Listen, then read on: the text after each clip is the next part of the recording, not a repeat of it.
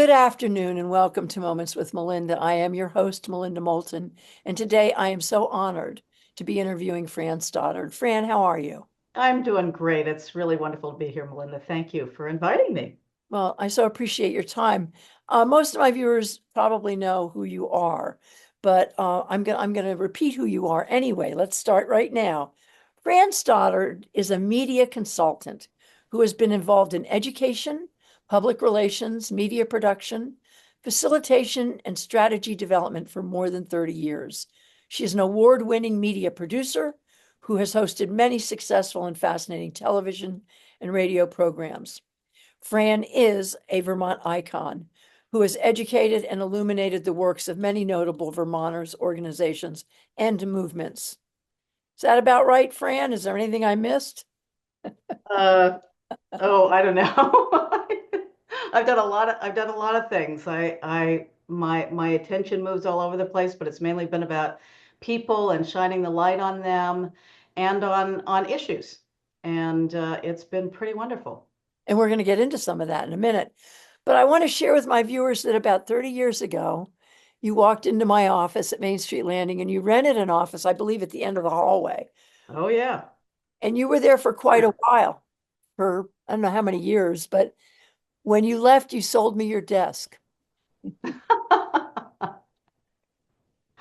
All So, right. I hope you used it well. well, I left I it was when, there for 4 or 5 years or something. I had my own business for a little while, and it was a fabulous place to have an office. I think one of my favorite memories was actually there was perfect black ice one year, and we would go down to the lake and skate, and at the end of the day, and it was just glorious.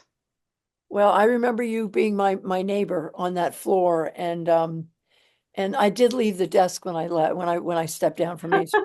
So it's still there. So Oh my let's gosh. it's Okay. still there. Well, let's start at the beginning, Fran. Share with us a little bit about your childhood and who had the greatest influence on your direction that you took in your life. Wow. I was brought up in outside of east of Cleveland, Ohio. My mother was a Southern Belle, and my father was from Brooklyn. He was in the Army and met her when he was stationed at Fort Knox. And she saw him and said he was the most handsome man I'd ever seen. And her mother decided, and I don't know that he noticed me, my mother said to her mother. And so her mother said, "Well, we're going to go out and buy you a red dress so he will notice you." And sure enough, whether it was the red dress or whatever, they fell in love. This was just at the beginning of World War II. Um, but they had a wonderful marriage until he died quite young, actually, probably from complications from the war when he was in his 50s. But there was work up in Cleveland. My mother's uncle had some work up there, and he always wanted to be a lawyer, but didn't have time because of the war. So he worked for a law publishing firm, and there was business up there. So I have a little bit of Brooklyn and a little bit of Southern, that Southern piece, and I'm very Midwestern coming from there. And as soon as I moved to Vermont, I never left because this is where I really felt I fit. So who in your life inspired you to follow your life's work? Who was there anybody in particular or? Uh, it's a really interesting question. I think it's circumstances more than people per se. I think my father dying young when I was 11 was really rough, and I had to grow up very quickly because my brother and sister were quite older than me by 7 or 8 or 9 years. Um, so suddenly I was alone with my widowed mom. And so I grew up very quickly, but my father's brother was stationed in Rome with the United States Information Service in Rome, Italy. And after a year of kind of um, organizing our lives in a way, my mom and I moved to Rome for a year. And that just opened up my world. It opened up who it opened me up to the world. It opened me up to sophistication, to a lot of other, I went to a British school and there were probably 70 countries represented at that school. So it really affected the way I live and see life. I think that was very profound for me. Your view of the world. Thank you for sharing that with me. So Fran, what brought you to Vermont? And share with us a little bit about your early years here and what it was like in Vermont during those years, especially those years in Burlington when Hmm. Bernie was running the city and the whole Yeah. progressive movement started. Share a little bit about what brought you here and about a little bit about that time.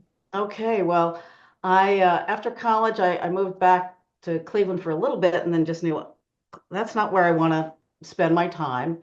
And I had friends that were living here. They had bought a farm up here, two brothers that I knew. I also had visited here twice because my father's first cousin lived up here. And so I've been in Vermont, and then I suddenly knew, they're kind of living the hippie life, but a number of other friends lived here. And I went, well, before I decide whether it's going to be New York or Boston or San Francisco or maybe even Montreal because it was international, I'm going to live in a small town. I'm going to go to Burlington. And I moved onto this farm in Richmond, actually, and very quick and was a bartender out in at a funky bar out there. But I also got a job very quickly at the Free Press, which who knows, I'd been a photographer and I really am not a good writer, but God bless them, they hired me anyway. They had a slot.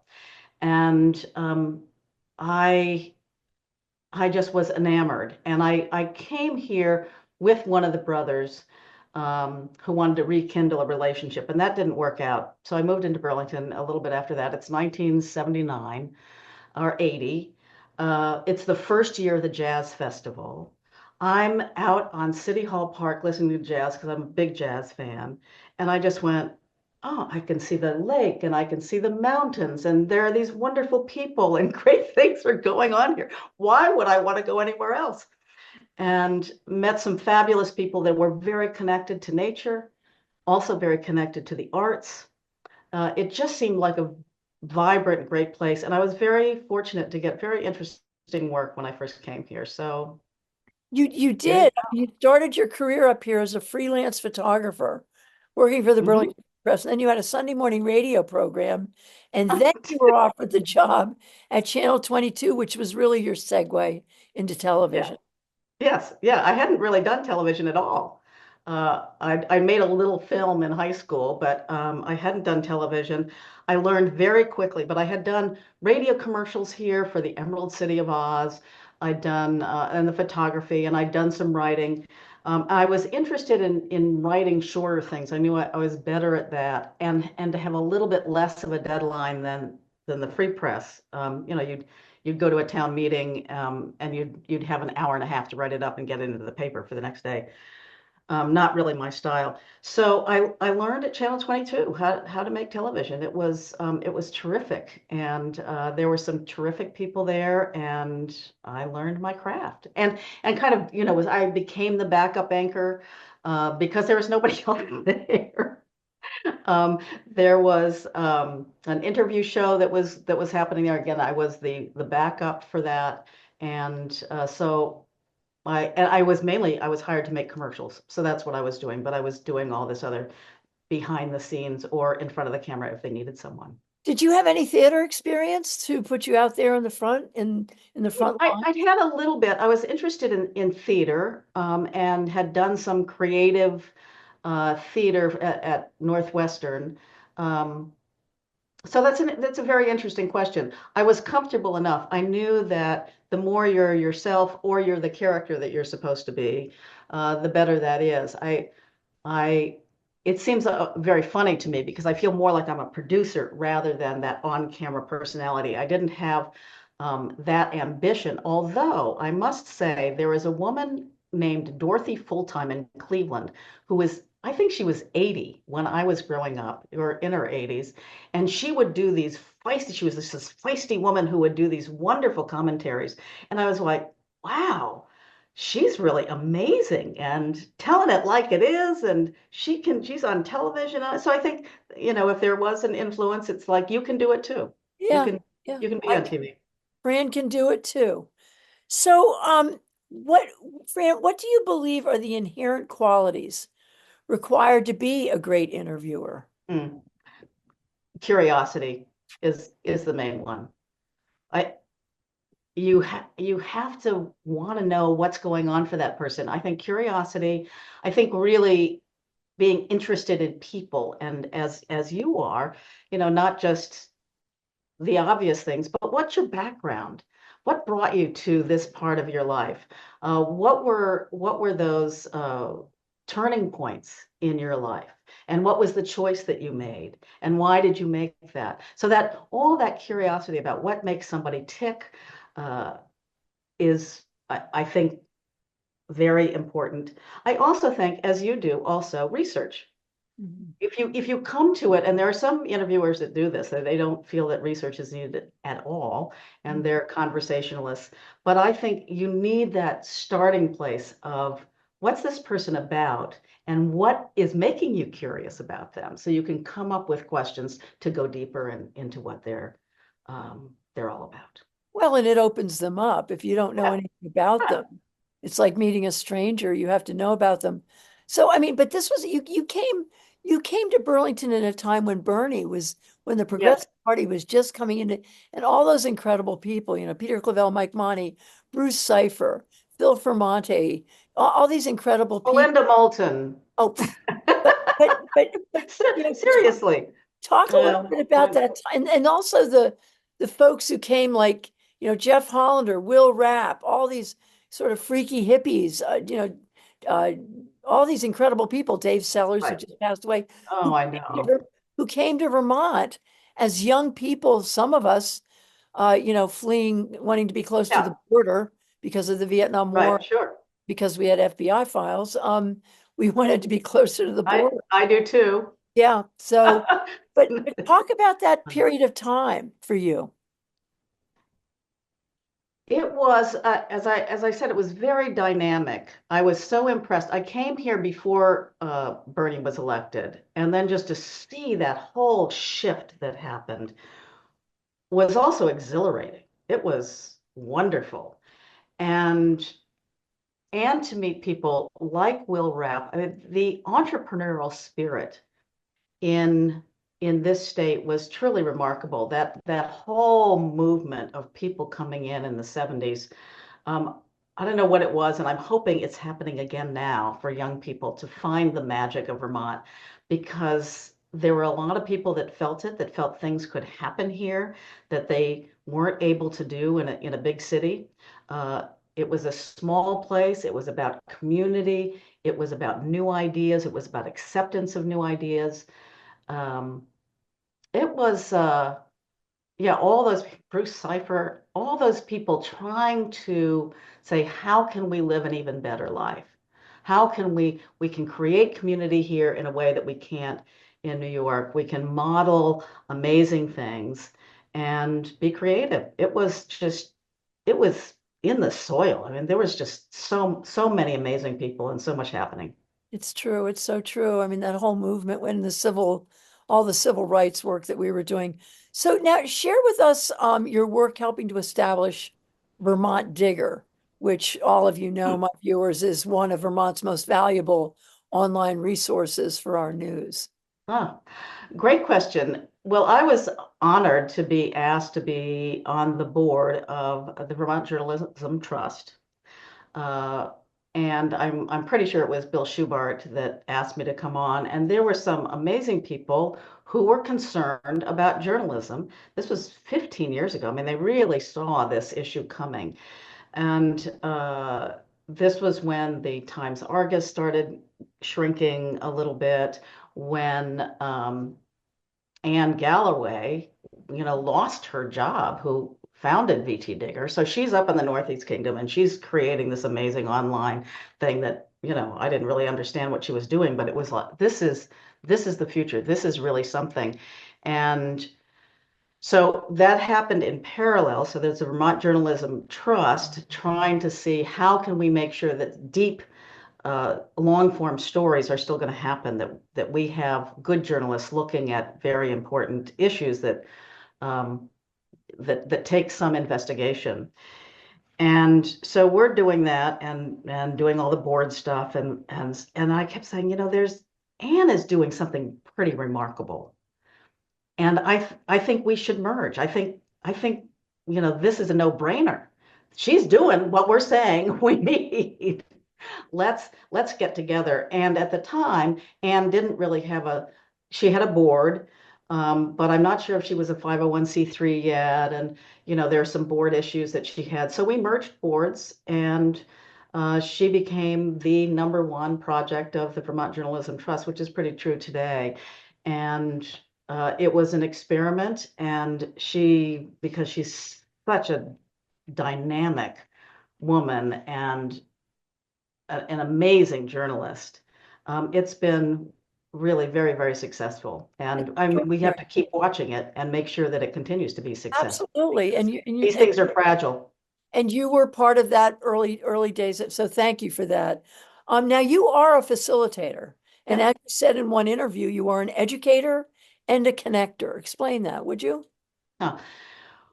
Well, I did some work, off and on for Vermont Public Television and other television things, but I was asked to teach a video course at Champlain College. And I did some video for them. I did some video production stuff for their computer camp. But I got to know the head of their communications department, really liked him, taught a video course, and he tragically died of a massive heart attack, far too young. And the president of the school asked me to take over to come and be kind of in charge of the communications department and teach video production there and some other things. So I kind of had a dual administrative and teaching job. And I love teaching. And that was terrific. I was there for 10 years. And so that's the educator. And most of my video production has been about education. How can I explain something in a simple way that people, will respond to and learn something? So most of my production life has been about education also. That's my bent.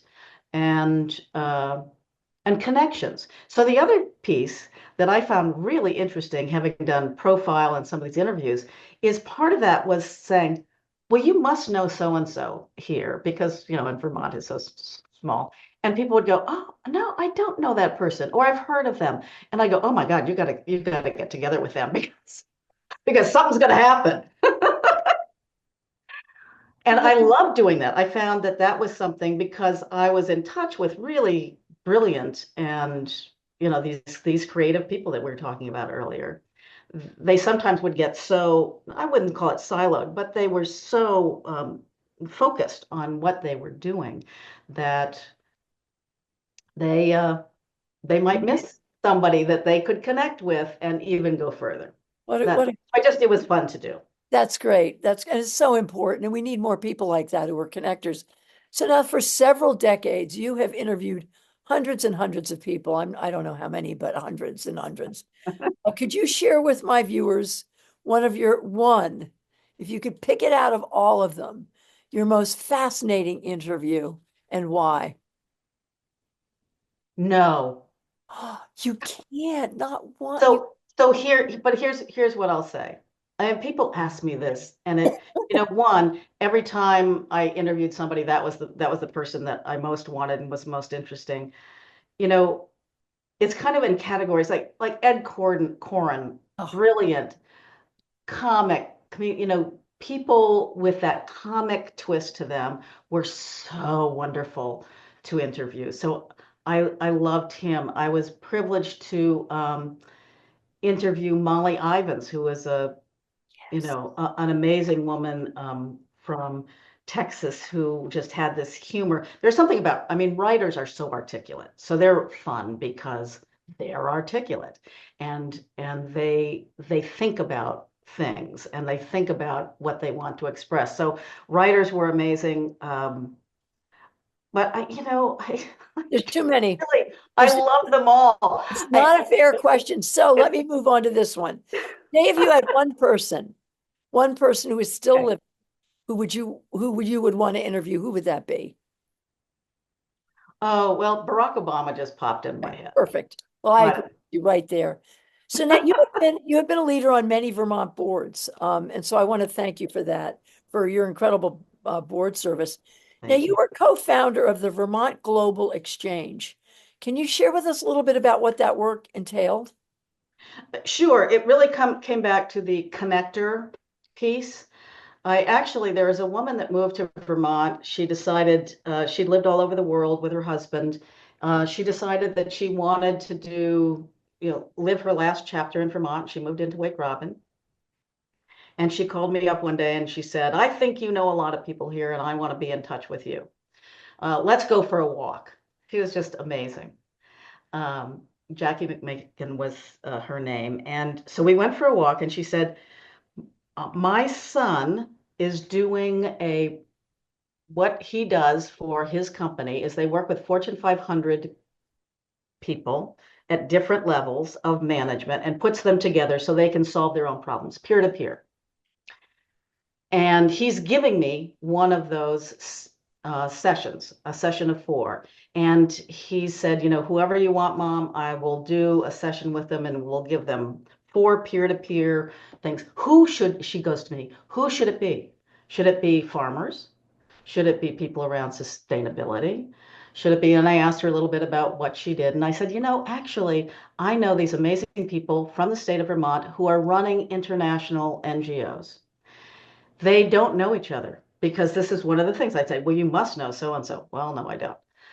Um, and you've done international work. And I think that that group would really benefit from knowing each other and getting together some. And so I gave her a list of, I don't know, a dozen or so people doing international development work from the state of Vermont. They did this year-long thing with her son where they worked peer-to-peer about their issues of management, of working with the State Department, of various things. And they decided that they wanted to continue meeting. And so we did that for another 6 or 7 years, and then middle management was also meeting, and it's just a network. We never had any money. There's no board of directors. There's just me and Jackie, and she's since passed. So I'm I still we only meet about once every year, so I'm working on some people to take us on like UVM or right now. Fascinating. Yes. Yeah. But you have your little fingers in everything. So now, and speaking of little fingers and big, beautiful, fabulous noise, which you can make, let us move on to the taiko drummers. You have been a member of this drumming group for a long time, Fran. Share with us how you got involved and what does this mean to you?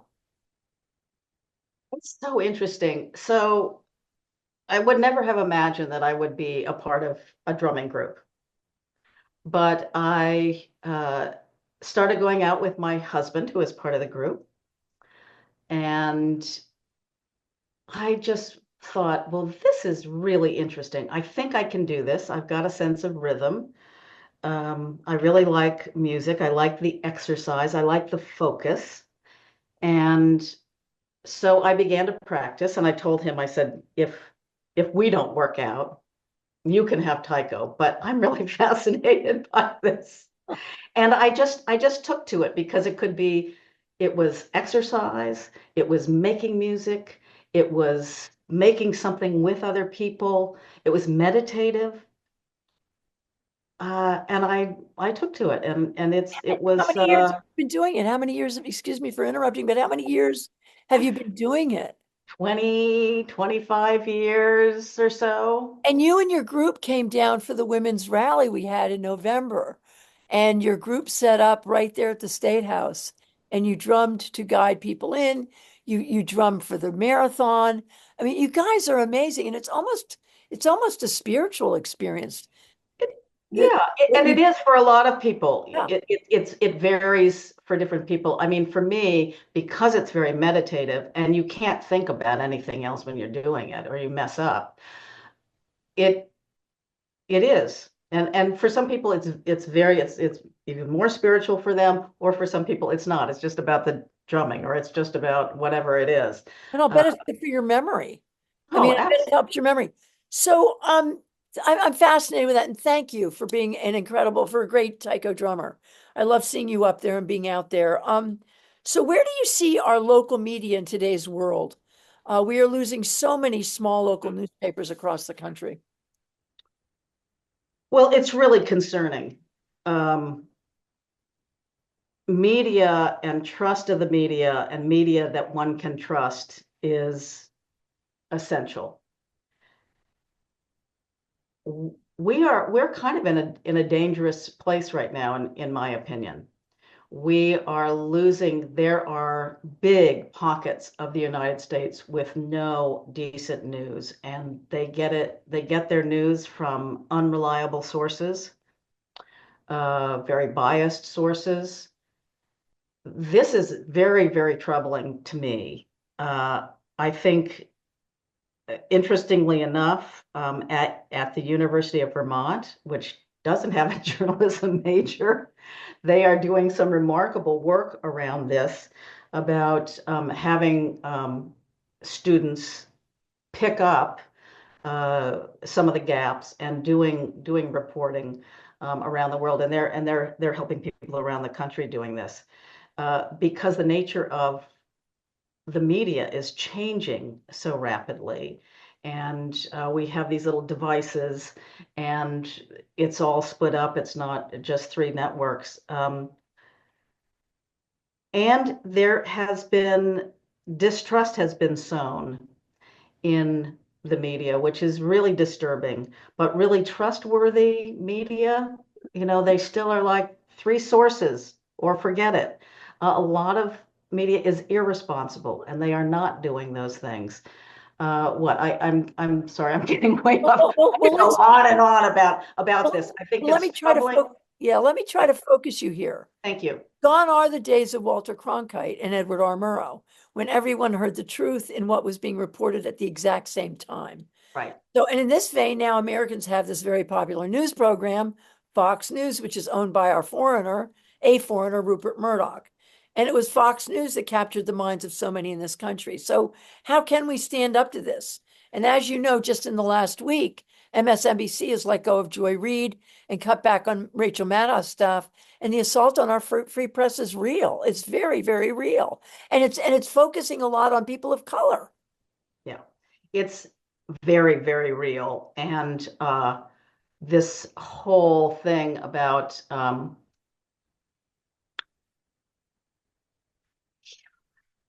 it's hard to even know where to begin right now. It's so shocking what's happening. Um, I, I don't have the answers right now, but I am very, very concerned about who is being fired, who is being hired, who is caving right now. We need to be really diligent about where we get our news, how we are getting our news, making sure that we are getting it from a variety of places so we aren't isolated or listening to just one voice that often is very biased. And we do have very biased outlets. Mhm. That's really a problem, or outlets who do not make sure that they have confirmed this truth by three different sources, that don't abide by the rules of journalism. It's like Or they're lying just outrageous lies. they're just outrageous lies. So there are many of us that have to be out there and to choose the lies and see them and point them out. And the problem is that some of those people are being let go, like they're being put in a slot where nobody hears them, or they're being let go. This is really And disturbing. it's a lot of people of color. So here we Yes. are, we're in this place. Where do you see us, this country in the next 4 years, Fran? Where do you think this is all going to land? I think it's going to be very difficult to untangle a lot of what's going on, but I work for a couple of nonprofits, and we are staying the course. I think we have to be very careful with what we do and how we go about it. Uh, and so there's being careful so you don't put a target on your back, Right. but it's really important to stay with uh, your sense of values. And what is the most important thing that you're doing? Who are you making sure we are hearing and that we are helping and move those pieces forward and not get too caught up? I am hopeful that the American people will see that these very, very wealthy people are not taking our country in the right direction, and they are putting it together for themselves and don't really care about the people who are really in need. The We've citizens, got an amazing country, and it's in trouble right now. it's in big trouble right now. It's in real trouble, and we've got to stay the course and not just turn it off.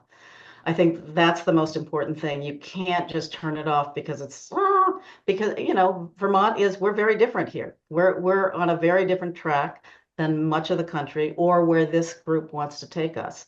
But we have to keep our lights shining.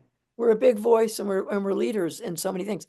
And so you answered that you basically answered my question about what would you share with children. I mean, basically that what you said was fabulous. And so in solidarity, I'm glad we are in Vermont, and I think we can make a big difference. And Vermont's always led the way, and we're resilient and we're strong, and we resist. So I think it's a good place to be right now. So Fran, for all the years that you have given the state of Vermont, I believe you are truly a Vermont treasure, and we expect you to carry on educating and inspiring us and giving us the beat of your taiko drum to help us keep moving and dancing and going forward together as one. I want to thank you for your time and for your life's work that you've given this community. Thank you, Fran. Well, right back at you, Melinda. Thank you for everything that you've done and continue to do. I mean, my goodness, you just keep going. It's Well, great. if I Keep if it I up. if I don't keep going, I'm just going to drop over. So it's self-protection. Well, listen, thank you so much, Fran Stoddard, for being with us, and to my viewers. I want to thank you for joining us today, and I will see you when I see you. Goodbye.